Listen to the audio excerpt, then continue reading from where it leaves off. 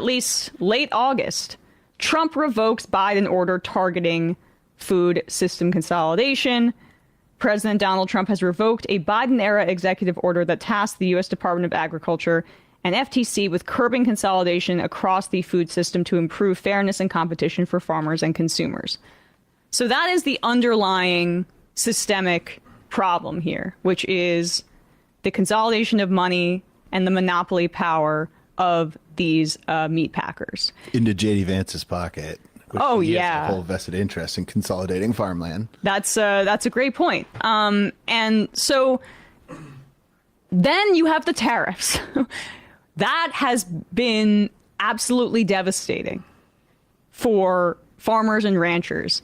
On top of that, bailing out Argentina to the tune of, initially it was $20 billion, and then it was $40 billion because Trump's buddies are in bed with the psychotic anarcho-capitalist libertarian, definitely doesn't have sex with his sister, Javier Milei down in Argentina, and their currency has been falling apart. And to protect the business interests of his friends, he's giving away billions and billions of dollars in taxpayer money to Argentina, and then is screwing U.S. ranchers by importing beef from them while he's talking about America first.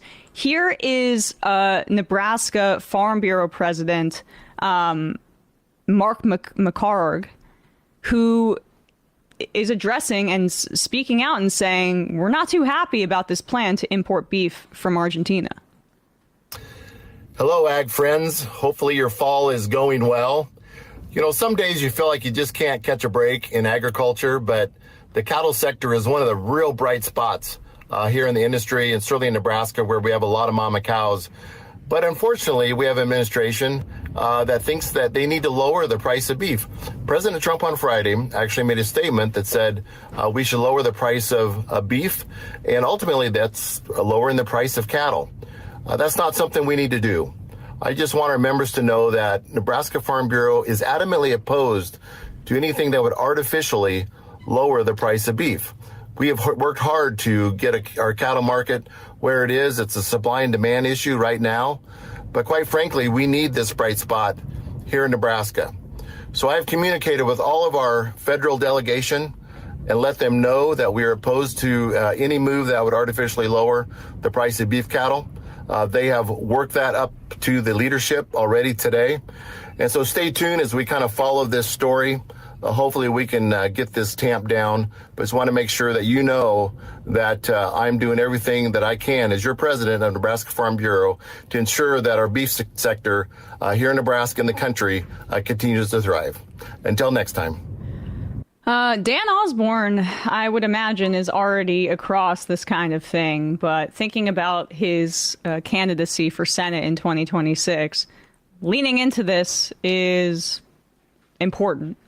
And it's not just cattle ranchers. It's not just the beef side of things. The soybean farmers are perhaps even more outraged by this, because when I mentioned that bailout to Argentina, a few days after he announced the initial $20 billion before upping it to $40 billion, Chinese importers ended up buying over 1 million metric tons of Argentine soybeans.